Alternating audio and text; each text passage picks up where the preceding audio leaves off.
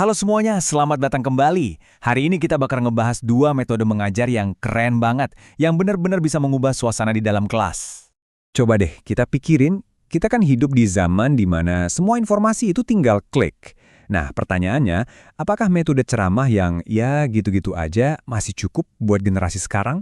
Kayaknya sih udah nggak lagi. Yuk kita cari tahu kenapa. Oke, jadi ini dia nih, peta perjalanan kita hari ini. Kita mulai dari tantangan di kelas modern, terus kita kenalan sama dua solusi canggih, belajar dengan memecahkan masalah, dan belajar dengan membangun proyek. Nanti kita bandingin juga keduanya, dan kita lihat kenapa sih pergeseran ke pembelajaran aktif ini penting banget. Oke, pertama-tama, apa sih sebetulnya masalah utama yang kita hadapi di ruang kelas zaman sekarang? Mari kita bedah bareng-bareng. Jadi gini, anak-anak zaman sekarang, Gen Z dan Alpha, itu kan digital native sejati. Mereka itu bernafas dengan interaksi, konten visual yang menarik, dan hal-hal yang nyambung sama dunia nyata. Nah, kalau cara mengajarnya masih satu arah, ya jelas aja mereka bakal cepat bosen dan susah fokus. Nah, sekarang kita masuk ke solusinya. Yang pertama, ada problem-based learning atau PBL. Metode ini tuh unik karena membalikan cara belajar tradisional bukan dimulai dari teori, tapi langsung jebret, dimulai dari sebuah masalah. Intinya gini, di PBL, masalah itu bukan lagi soal latihan buat di akhir bab, bukan. Masalah itu justru jadi pusatnya, jadi starternya, jadi mesin yang menggerakkan semua proses belajar siswa. Nah, lihat deh gambar siklus ini. Keren kan? Ini nunjukin kalau PBL itu dinamis. Prosesnya bukan jalan lurus dari A ke B, tapi sebuah siklus yang terus berputar, di mana setiap bagian saling berhubungan dan membangun pemahaman. Coba kita perhatikan 5 poin penting ini. Semuanya itu nunjukin adanya pergeseran besar. Dari yang tadinya guru jadi pusat segalanya, sekarang siswalah yang jadi aktor utamanya. Guru bukan lagi satu-satunya sumber ilmu di depan kelas, tapi lebih kayak fasilitator atau pemandu yang ada di samping mereka. 5 tahap ini tuh kayak resepnya gitu. Panduan yang jelas buat menerapkan PBL di kelas. Mau itu pelajaran fikih, sains, atau sejarah, semuanya bisa pakai kerangka kerja ini. Fleksibel tapi tetap terstruktur.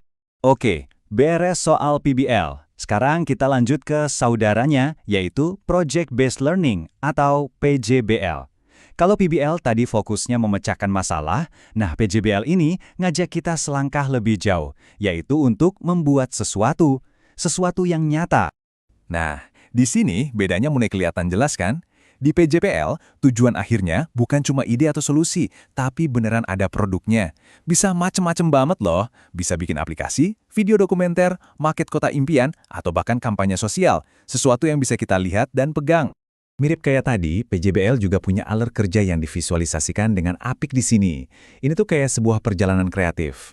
Dimulai dari satu pertanyaan besar yang memicu rasa ingin tahu, lanjut ke perencanaan, pengerjaan, sampai akhirnya jadi sebuah karya yang bisa dipamerkan. Poin-poin ini penting banget buat memastikan proyeknya itu bukan cuma tugas biasa yang membosankan. Proyeknya itu harus terasa nyata, menantang, dan relevan. Jadi siswa merasa kalau yang mereka kerjakan itu punya makna, bukan cuma buat menuhi nilai rapor aja. Dan ini dia 6 tahapannya, semacam roadmap buat guru dan siswa dalam menjalankan proyek. Di sini peran guru itu bergeser lagi, dari yang biasanya ngasih instruksi, jadi seorang mentor yang membimbing dan mendukung proses kreatif siswa. Oke, kita udah kenalan sama PBL dan PJBL. Keduanya kedengarannya mirip dan sama-sama keren ya. Tapi, jangan salah. Mereka itu beda. Yuk kita bedah apa aja sih perbedaan utamanya. Biar gampang, bayangin gini aja. PBL itu kayak jadi seorang detektif. Tugasnya apa? Memecahkan sebuah kasus. Fokusnya pada proses analisis. Nah, kalau PJBL itu kayak jadi arsitek atau insinyur. Tugasnya, ya membangun sesuatu. Fokusnya pada proses kreasi.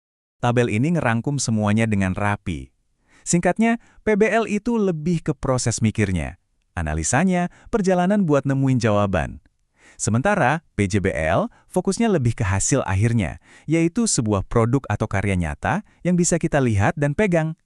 Jadi, sebenarnya apa sih poin utamanya dari semua ini? Baik PBL maupun PJBL itu bukan sekedar metode baru loh. Ini adalah sebuah perubahan cara pandang kita soal apa itu belajar. Inti filosofinya itu ada di kutipan ini. Idenya simple tapi powerful banget. Siswa itu bukan lagi gelas kosong yang pasif menunggu untuk diisi, tapi mereka adalah arsitek yang aktif membangun bangunan pengetahuannya sendiri. Terus hasilnya apa? Wah, banyak banget. Ini bukan cuma soal nilai bagus di raport, tapi soal membekali mereka dengan skill-skill penting buat masa depan. Berpikir kritis, kreatif, bisa kerjasama, jago komunikasi, keterampilan yang benar-benar mereka butuhkan untuk sukses nanti. Jadi, kesimpulannya, dengan kita bergeser dari menyuruh siswa cuma mendengarkan, menjadi mengajak mereka untuk melakukan sesuatu, kita itu sedang tidak hanya mengajar. Kita sedang membentuk para pencipta, inovator, dan pemecah masalah masa depan. Jadi pertanyaannya buat kita semua, kira-kira karya luar biasa apa yang bakal diciptakan oleh siswa-siswa kita selanjutnya?